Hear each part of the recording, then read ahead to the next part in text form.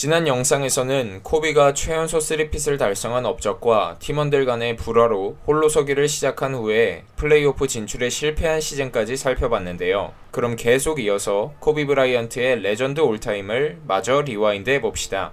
04-05 시즌 기준으로 10년 만에 플레이오프 진출에 실패한 레이커스는 바로 다음 시즌에 다시 필 잭슨 감독을 불러왔고 코비를 중심으로 팀 구성을 가져가기로 결정하는데요. 필 잭슨이 레이커스를 떠날 때만 해도 코비와의 사이가 좋은 편이 아니었지만 돌아온 이후에는 코비가 전 시즌 실패로부터 문제점을 인지하고 조금씩 변화하면서 관계를 서서히 회복했습니다. 팀원들과의 소통에 소극적이던 코비는 05-06 시즌부터 먼저 다가가는 적극적인 태도를 보여줬고 성격을 고치기 위해 노력했는데요. 다시 돌아온 감독님과 원만하게 관계를 회복하면서 안정감을 되찾은 코비는 시즌 평균 35.4득점을 기록하면서 득점왕 타이틀을 거머쥐었고 특히 시즌 중반에 토론토전에서 81득점을 뽑아내는 괴물같은 슈터의 모습을 보여줬습니다. 정확도도 굉장히 좋았는데 이때 코비의 야투 성공률은 60%, 3점슛 성공률은 53%, 자유투 성공률은 90%로 어떤 슈팅이든 최상급 정확도를 선보였습니다. 이로써 윌트 체인벌린의 100득점 다음으로 코비의 81득점이 단일 경기 최다 득점 2위에 오르게 되었는데요. 이러한 코비의 화력에 힘입어 레이커스는 서부 7위로 플레이오프 무대에 다시 복귀하게 됩니다. 하지만 플레이오프에서는 1라운드에서 광속 탈락하였고 이에 코비는 마음을 다잡기 위해 초심으로 돌아가 새로운 시작을 하겠다는 의미로 등번호를 8번에서 24번으로 바꾸는데요. 그리고 맞이한 다음 시즌 코비는 평균 31.6득점을 기록하면서 2년 연속 득점왕 자리에 올랐고 팀 또한 서부 7위로 플레이오프 진출에는 성공했습니다. 문제는 레이커스 선수단에는 코비 말고는 특출난 스타 플레이어가 없었다는 겁니다. 플레이오프에서도 작년과 똑같이 1라운드에서 탈락하면서 원맨팀의 한계를 실감해야 했습니다. 3년간 한 번의 플레이오프 탈락, 두 번의 1라운드 탈락이라는 좋지 않은 결과에 코비도 문제점을 느끼고 레이커스의 전력 보강을 요청했는데요. 그리고 시즌 중반에 멤피스에서 뛰고 있던 파우 가솔을 트레이드를 통해 데려오면서 코비의 부담감이 덜어졌고 레이커스도 정규 시즌 57승 25패로 서부 1위를 차지했습니다. 코비는 꾸준하게 리더로서 활약해 주었고 팀 성적이 대폭 상승한 결과 커리어 처음으로 정규리그 MVP를 수상하게 되는 좋은 시즌을 보내게 되었습니다. 플레이오프에서도 1라운드에 앨런 아이버슨과 카멜로 앤서니가 주축인 덴버를 만나 내리 4연승을 거두면서 시리즈를 스윕하는 등 폭발력 있는 모습을 보여주면서 온일 없이 처음으로 파이널 진출에 성공했는데요. 상대는 케빈 가넷, 폴 피어스, 레이 알렌, 빅3가 이끄는 보스턴 셀틱스였고 조직적인 수비에 묶이게 되면서 2승 4패로 파이널 우승에는 아쉽게 실패하고 시즌을 마무리했습니다. 그래도 레이커스는 좋은 활약을 보여줬던 선수단의 변화 없이 다음 시즌을 시작할 수 있었고 코비 가솔이 팀 공격의 중심이 되어 시즌 내내 순항하면서 또다시 서부 1위를 차지했는데요. 지난 시즌 파이널 패배로 우승에 대한 동기부여가 제대로 되어 있는 상태에서 레이커스는 유타, 휴스턴, 덴버를 차례대로 꺾으면서 2년 연속 파이널 무대를 밟게 되었습니다. 마주하게 된 상대는 드와이트 하워드가 이끄는 올랜도 매직이었는데요. 코비는 1차전에 40득점, 8리바운드, 8어시스트로 압도적인 공격력을 보여줬고 팀을 승리로 이끌었습니다. 그리고 뜨거운 손끝 감각을 파이널 시리즈 내내 유지하면서 평균 32.4득점, 5.6리바운드, 7.4어시스트로 꾸준하게 활약해 주었고 레이커스는 코비의 활약에 힘입어 4승 1패로 올랜도를 잡고 다시 챔피언 자리에 오를 수 있었는데요. 뛰어난 모습을 보여준 코비는 파이널 MVP까지 수상했고 네 번째 우승이었지만 샤킬 오닐 없이 팀의 리더가 된 후 첫 우승이었기 때문에 더욱 기뻐했습니다. 이어지는 09-10 시즌에는 코비가 크고 작은 부상에 시달리게 되는데요. 검지손가락, 무릎, 발목 등 휴식이 필요한 부상에도 뛸 수 있을 때까지 출전을 감행했고 시즌 중 여러 차례 클러치샷을 성공시키면서 좋은 모습을 보여줬습니다. 있었습니다. 레이커스는 우승후보 1순위로 평가받으면서 정규 시즌을 순항했고 다시 한번 서부 컨퍼런스 1번 시드를 차지했는데요. 1라운드에서 OKC를 상대로 조금 고전하면서 6차전에서 시리즈를 따내고 2라운드 진출에 성공했습니다. 이후 유타와 피닉스를 차례대로 꺾고 2008년에 무릎을 꿇었던 보스턴과 마주하게 되는데요. 코비는 보스턴 선수들의 집중 견제를 받아 시리즈 평균 야투 성공률 40.5%로 묶였지만 클러치 상황에서는 강심장의 면모를 보여주면서 팀을 승리로 이끌었습니다. 특히 마지막 경기인 7차전에서 4쿼터에 자유투 9개를 얻어 8개를 적중시키는 등 10득점을 뽑아내면서 접전 끝에 보스턴을 꺾고 2년 연속 우승이자 커리어 5번째 우승을 이뤄내면서 파이널 MVP까지 수상하는 커리어 중 최고라고 볼 수 있는 시즌 마무리를 하게 되었습니다. 2년간 최고의 성적을 낸 레이커스는 코비와 가솔의 계약을 연장하면서 전력을 유지했고 정규 시즌 57승 25패를 기록하면서 서부 2위를 차지했습니다. 코비, 가솔, 오돔이 돌아가면서 활약하는 여전히 건재한 모습을 보여주었기 때문에 팬들은 동부 컨퍼런스에 모인 마이애미의 빅3와 파이널에서 맞붙길 기대했는데요. 하지만 예상 밖의 복병을 마주했는데 레이커스가 2라운드에서 댈러스 매버릭스의 덩 노비츠키에게 탈탈 털리면서 내리 4연패로 탈락하게 되었고 시리즈 내내 무기력한 플레이와 더티 플레이를 보여준 레이커스 선수단은 엄청난 비난을 받았습니다. 코비는 자신의 우상인 마이클 조던의 6번 파이널 우승과 동률을 이룰 수 있는 기회를 놓친 것에 더해 명장 필 잭슨 감독은 커리어 첫 수입회를 마지막으로 NBA 감독 자리에서 은퇴했기 때문에 여러모로 레이커스에게 아쉬움이 남는 시즌이었습니다. 이후에도 코비의 우승 도전은 계속되었는데요. 다음 시즌에는 2라운드에서 케빈 듀란트, 러셀 웨스트브룩이 이끄는 젊은 팀인 OKC에게 1승 4패로 탈락했습니다. 레이커스도 우승을 위해서 12-13 시즌에 스티븐 애쉬와 드와이트 하워드를 영입하는 등 전력 보강을 통해 막강한 우승 후보로 급 부상하나 했지만 막상 정규 시즌에 보여준 모습은 기대 이하였고 하워드는 코비 위주의 공격에 불만을 드러내면서 오닐에 이어서 팀원 사이에 불화가 다시금 일어나게 되는데요. 엎친 데 덮친 격으로 시즌 말에 골스전에서 코비가 왼쪽 아킬레스건 파열 부상을 입으면서 시즌 아웃되었고 레이커스는 기세가 확 꺾여 플레이오프 1라운드에서 샌안토니오에게 시리즈 수입으로 광탈당했습니다. 그리고 34살이라는 나이에 치명적을 부상을 입은 코비는 즉시 수술을 받게 되었고 여러 NBA 동료들이 그가 빨리 회복해서 코트에 복귀할 수 있도록 응원해주고 기도해 주었습니다. 다행히 코비의 수술은 성공적으로 끝났고 얼른 코트에 돌아가고 싶었던 코비는 회복 후에 재활에 전념해서 7개월 만에 훈련을 시작했고 13-14 시즌 중반에 복귀했는데요. 하지만 복귀 후 얼마 지나지 않아 멤피스전에서 무릎 부상을 당하면서 시즌 아웃 판정을 받아 강제로 휴식을 취할 수밖에 없었습니다. 그렇게 한동안 재활에 매진한 후에 코비는 다음 시즌에 복귀해서 35경기 동안 평균 22.3득점, 5.7 리바운드, 5.6 어시스트를 기록했는데요. 괜찮게 활약한 것처럼 보이지만 커리어 두 번째로 많은 슈팅 시도를 가져가면서 커리어 최악의 야투 성공률을 보여줬기 때문에 난사를 한다는 비판을 받게 됩니다. 그럼에도 코비는 슛 시도를 계속해서 많이 가져갔는데 그만큼 레이커스의 팀을 이끌 만한 선수가 없었고 코비 개인적으로는 통산 득점과 같은 누적 기록 달성에 초점을 맞췄던 것 같습니다. 그리고 코비는 15-16 시즌이 공개적으로 자신의 마지막 시즌이 될 것이라고 선언했고 시즌 평균 16개의 야투를 던지면서 마지막까지 팀 내에서 가장 많은 공격 시도를 가져갔습니다. 득점 적립에 매진한 결과 마이클 조던을 제치고 최다 득점 부문 역대 3위에 오르긴 했지만 슛 성공률이 현저하게 떨어졌기 때문에 팀을 망치는 주범으로 지적됐고 11월에 골스전에서 한 가지 흑역사를 남기게 되었는데요. 개막 후 15연승을 질주하고 있던 골든스테이트를 상대하게 됐고 코비는 경기 전 인터뷰에서 연승을 저지할 수 있겠냐는 질문을 받았습니다. 이에 결과는 아무도 모른다라는 말을 남겼고 그 경기에서 14개의 야투를 시도해 단 한 개만 성공시키는 7.1%라는 처참한 기록을 남기고 패배했습니다. 그러고 나서 경기 후 인터뷰에서는 오늘 80점을 넣었을 수도 있었다 라고 말하면서 자신의 슛은 더 나아질 것이라고 별로 개의치 않는 모습을 보여줘 팬들의 혈압을 올리기도 했습니다. 그래도 페어웰 투어를 하면서 코비를 코트에서 볼 수 있는 경기는 하나씩 줄어들기 시작했고 2016년 4월 14일에 유타 재즈와 마지막 경기를 치르게 되는데요. 코비는 이날 풀타임을 소화하면서 60득점을 기록해 역대 최고령 영으로 60득점을 뽑아낸 선수가 되었고 팀을 승리로 이끌었습니다. 그리고 경기 종료 후 코비는 은퇴 연설을 하면서 그동안 함께해온 선수들과 팬들에게 감사 인사를 전한 뒤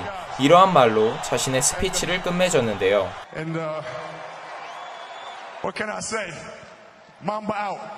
이렇게 그는 20년간의 NBA 커리어에 마침표를 찍게 되었고 이후에 영구 결번식에서 NBA 최초로 2개의 영구 결번을 부여받는 영광을 받으면서 LA 레이커스의 레전드들과 어깨를 나란히 하게 되었습니다. 제가 준비한 코비의 커리어는 여기까지였고요. 1부에 이어서 시청해주신 모든 분들께 감사드립니다.